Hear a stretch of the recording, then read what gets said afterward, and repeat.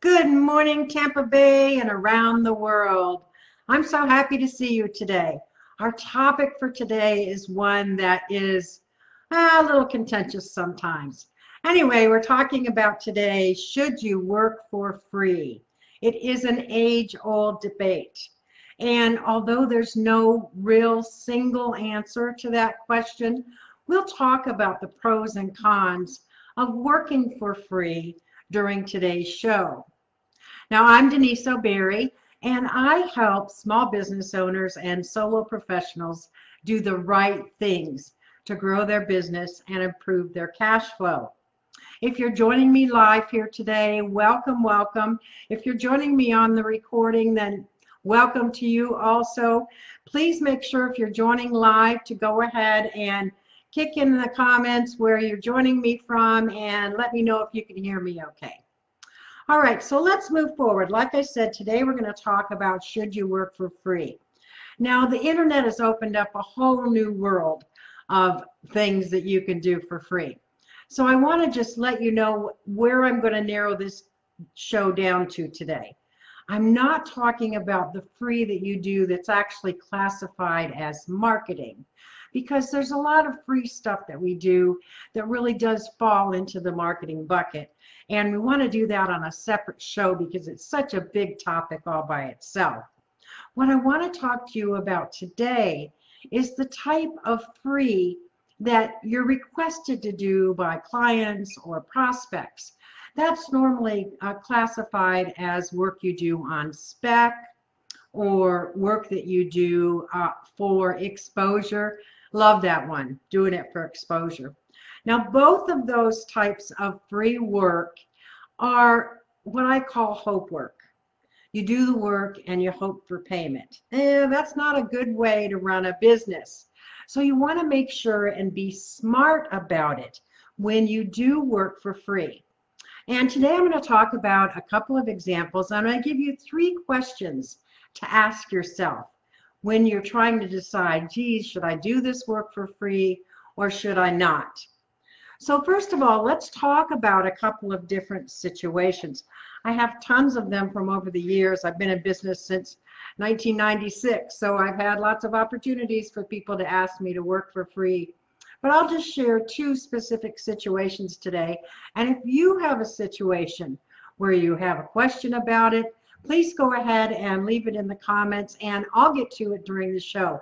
I love to have live questions during the show, so make sure you enter it there. And if you're listening to the recording, go ahead and post your question there so that I can come back and answer it at a later time.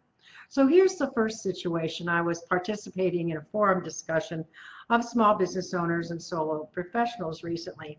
And this person asked, what are your thoughts about a client asking you to work for free because everything is going to be amazing once they launch their product? They said they have a they have a ton of connections, and if you come through for me, I will hook you up. Oh boy, doesn't that just sound tantalizing? Gosh, you're going to get so much business from doing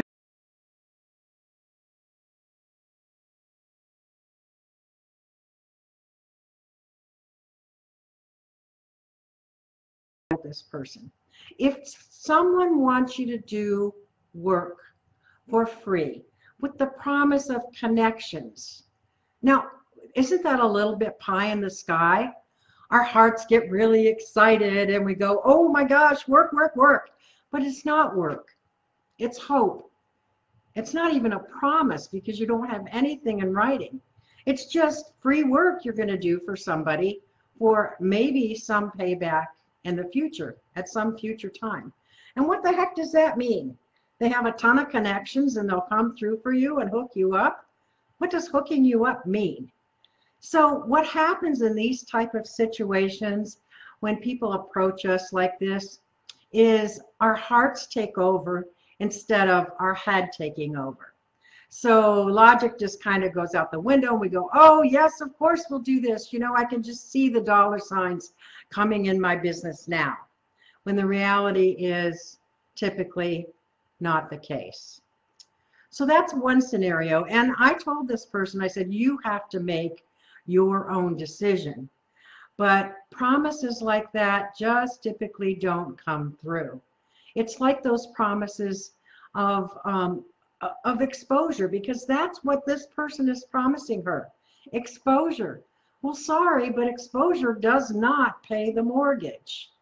And this has been just an age-old thing. I'm sure it was alive before the internet, but it's really been a big thing, especially since so many small businesses and solo professionals have jumped on the internet bandwagon because there's so much opportunity there for making a business on the internet. So, just be forewarned. Doing something for exposure normally doesn't turn into much besides doing free work. Now, here's another example. This is one where somebody might say, well, you didn't have to do much work, but this is a really, really common example and approach for me. I had a large technology brand. I'm not going to name it, but you would know this brand if I told you who it was.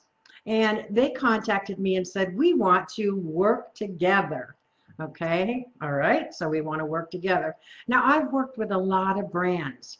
I love to work with brands, but it has to be an even exchange of business and production as far as whatever the outcomes are. Now, we talked back and forth via email, and what it ultimately boiled down to is this person wanted to do a guest post on my website. Well, I don't do guest posts. I used to years and years ago, but not anymore. Now, if someone wants to use the real estate of my business, and yes, my website is my business, then I offer them the opportunity of a sponsored post. Seems fair to me. Coming into my business and posting their for sale sign, why shouldn't I get something out of it, right? Anyway, so I offered them the opportunity of a sponsored post, and they came back. Now remember, this is a huge brand, and they said that they had no budget. Okay, well, big brand, no budget, that's interesting. I guess next time I go to buy some piece of technology from them, I'll say I have no budget. Anyway, I digress. But she also said if working together, now there's that phrase again, working together, required payment, then she'd have to move on. Well, yes, working together does require payment, because you know what? Working for free, again, doesn't pay the mortgage, it doesn't buy groceries, it doesn't put clothes on your back, it doesn't keep your business going. You cannot work for free and have a valid business moving forward. So needless to say, she went on her own way. And just be really, really careful about these buzz phrases. I'm going to hook you up. I want to work together with you. Make sure that you jump from your heart to your head and put your logic at work there and say, hey, wait a minute. Because those things are not working together. Now, I promised you 3 questions that you can use to make sure that you shift from your heart to your head and use logic in order to decide whether you're going to work for free or not. So here's question number 1 that you need to ask yourself. What will I not be doing to make money in my business if I do this free thing? That's a really sound question that you should ask yourself, because what are we entrepreneurs, small business owners, solo professionals, anybody who owns a business, what are we most starved for? Time. Time is our biggest issue, and we have to use it to our advantage and to be as efficient as we possibly can. So what you're narrowing down here with this question is, what am I willing to use my time for? If you're doing something on spec for exposure and not getting paid, you are giving up a lot. Your time is the most expensive item that you have in your business. And once time is gone, can't get it back. You can't make more of it. That's the one single equalizer around the world in any business in any day. We all have the same amount of it. So we have to use it efficiently. So that's question number 1. What will I not be doing to make money in my business if I do this free thing?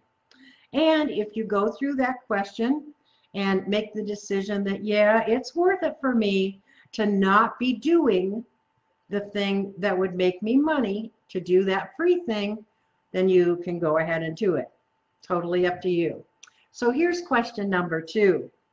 Is the prospect willing to sign an agreement guaranteeing the outcome, whether it's money or connections? Interesting, huh? If your exposure thing is the thing that is going to be your payment, then that person ought to be willing to sign an agreement with you to say, hey, I'm going to introduce you to 10 people. They're going to be these kind of people, and I will open these doors for you. That is not an unfair thing to do. You are giving your time, you're doing free work, you're not getting money coming into your business. But if you have specific agreements about what that person is going to do for you, in addition to what you're doing for them, then you should come out a little bit better off. So make sure that you have some type of agreement with that person who has promised you the world in connections or exposure. And if they are not willing to do an agreement, guess what? You need to walk away. Now, you may still decide to go forward. That's entirely up to you. It's your business. But I completely recommend that you walk away. So that's question number 2. Is the prospect willing to sign an agreement guaranteeing the outcome, whether it's money or connections? Now remember, from your business perspective, you're guaranteeing some outcome to them. So why doesn't the flip of that work? Think about that. All right, and last but not least, let's talk about question number 3. How will completing this work benefit me or my company? Now again, you got to go back to using your head, not your heart here. You need to think logically about how doing this free thing is going to move your company forward. Every step you take in your business is one that's going to move your company forward, backwards, sideways, something like that.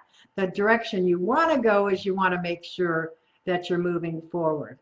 So how will completing this work benefit me or my company? Think about that. How will it do that for your company? And then once you've answered all 3 of these questions, and you've done it with your head, not your heart, you can make your decision on whether you're going to move forward with this free work or not. But don't just jump into it because of excitement and because you think this is going to be a really cool thing. Trust me on this. Over the years, I mean, way early on when I started my business, yeah, I got caught in that trap too. You know, you start visualizing all the cool things that can happen because this person is promising some kind of exposure, or if you do your work on spec, you know you're going to get paid for it. The reality is no, doesn't work that way. Doesn't work that way. So make sure that you use these 3 questions in order to move your business forward and make wise decisions so that you're using your time wisely, so that you're bringing cash into your business. I want you to have a sustainable business. And these 3 questions will help you do that. The main thing you have to remember is hope is not a strategy. And free does not pay the bills. So take some time to think about what you're giving up and what the realistic outcome may be before you decide to move forward. Now, before I wrap up for today, I want to go ahead and share with you a quote. And the thing that's really interesting about this quote is it came into my social media feed today, just this morning, when I was getting ready to go live here and do this talk. And let me get it here. It's right on my phone. It says, when you say yes to others, make sure you're not saying no to yourself. Is that so appropriate or what? And I'm sorry, I don't know who the author of that is, but make sure when you say yes to others, you're not saying no to yourself. And that's exactly what doing free work can do for you. It will be saying no to yourself rather than yes to yourself, which it's not selfish. It's not selfish. It's the way for you to have a sustainable business and move forward, be happy, and have the life that you love. That's what's so important. So I'm going to wrap up for today. It's been fun talking about this subject. I really want you to be a success. Now, one more thing. Please, if you have a moment, share this video with friends of yours that might be interested in this topic or where they might be able to use help. And make sure you like this page so that you get notification each and every time that I go live, which is every single Monday at 11 a.m. Eastern Time. And don't forget, you can always hop on over to deniseoberry.com for lots and lots of free small business tools, tips, and advice. I'm happy to help you over there and happy to help you here. So with that, I will wrap up and say, have a great week. Use those 3 questions to help you in your business, and I'll sign off for now.